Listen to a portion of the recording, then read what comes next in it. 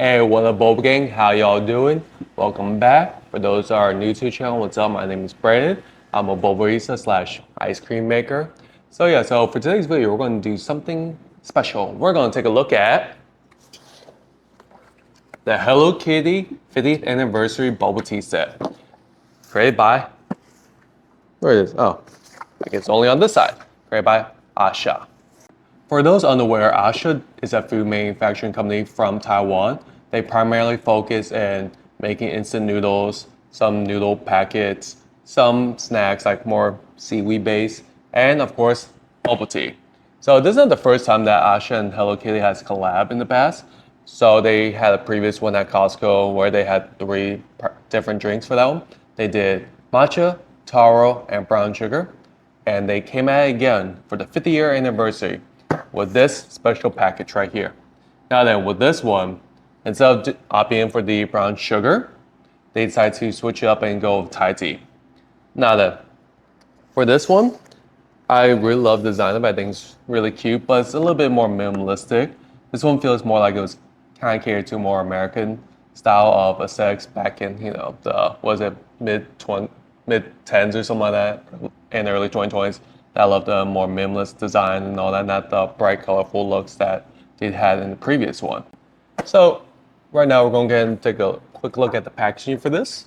Really nothing much to see here. It's more or less the same kind of design throughout the bulk ticket. So just like in the previous ones, they layered things out. So right here is all one flavor, and another flavor. And here we go. We have the matcha, the Thai tea, and lastly, the taro. So in terms of design, the cans basically reflect what's on the case. And well, of course, just a few different colors change here and there. So yeah. I mean, there's nothing much to kind of like write home about. What I said for that one basically applies to this one. One thing I do want to, emphasize that for this is definitely for those Hello Kitty fanatics that also love bubble tea, or people who love bubble tea that also enjoy Hello Kitty. Either way. But these are definitely for those who enjoy that. Just like any other canned boba, if you haven't seen me do a review of a canned boba drink before, look for a link up here, or maybe I could figure out how to edit these videos for that. But I'm not a huge fan of them just because the tapioca pearls that they use in there is basically an imitation tapioca pearls, and they don't have the same chewy consistency as actual boba, because there's no way to actually make real boba and be able to stick in these cans, because it's just a completely different texture, and when you refrigerate it, those are going to get very hard. So these are more similar to, let's say, a crystal boba. In terms of the drink flavors, they're going to be fine. I mean, it's just going to be a lot of like non-dairy creamer and powdered milks and all that. For these particular ones, they also use milk powder. They don't exactly say which type, but it's a milk powder. I stand corrected. I should have read this one much quicker. So for this, they use whole milk powder and non-dairy creamer, both of them, as a mixture. That's a typical thing you'll see in a lot of these canned drinks.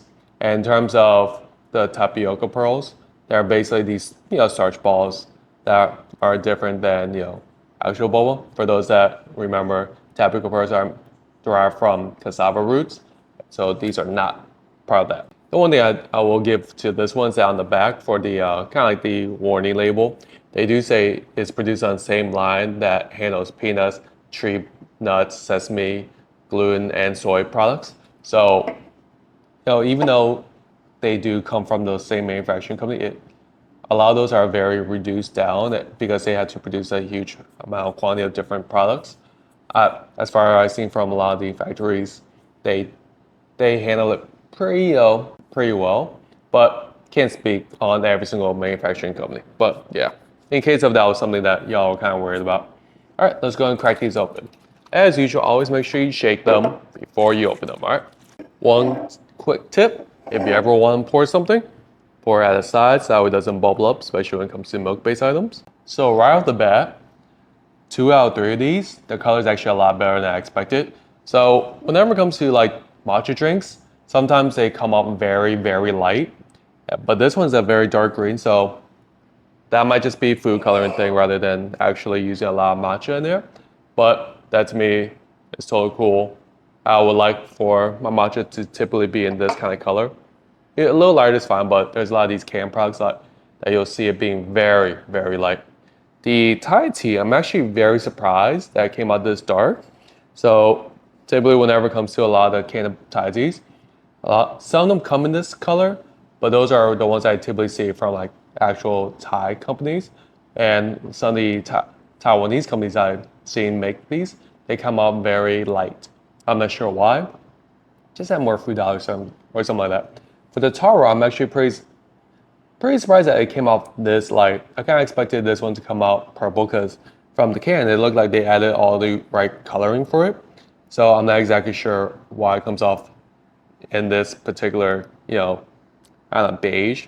One thing I think is interesting that on here they label as green tea powder. So I'm not sure if they just use like a matcha and then just alter the flavors, or if they just have a ingredients label and they just copy and paste it with very minor tweaks that they didn't pay attention to. All right, let's see how they taste. Surprisingly, the matcha tastes like matcha. The Thai tea is not too bad. It has that faint Thai tea taste to it, but compared to some of the other ones I've had, not too shabby. And that's a no-go for the taro. The taro, as typical, even though it's supposed to taste like a potato that got a little sweetened, this one, it just tastes like I just drank a whole lot of, milk powder. Don't really taste any of the taro. It's all very faint. Let me see if I can get any of the boa. So in terms of tapioca pearls, that's what they all kind of come out as. It's more or less the typical kind of like that blobbish looking color. This one, I'm surprised it didn't come out more translucent. But it's not a very appealing color. But when you're buying stuff like this, it's not really for the flavor or the color. You're just doing it because there's boba in it. But overall, what do I think of this? These are just like what I said towards the kind of in the middle of the video, where this is definitely for the Hello Kitty fanatics out there that love boba, or the people that enjoy bubble tea from a can, and so happen to like Hello Kitty. Would I recommend this to people who just love boba?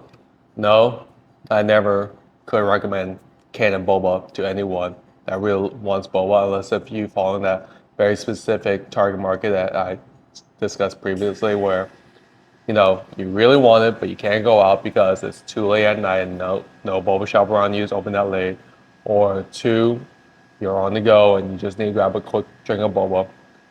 Outside of those, I'm sure there's a few other ones that I mentioned, but outside of those, there's really no reason to get these, unless if you're a collectible who love everything Hello Kitty, and you just want to have a whole wall of Hello Kitty merch. Basically, just pass as usual. All right, have y'all tried this yet? What do y'all think? Let me know down below.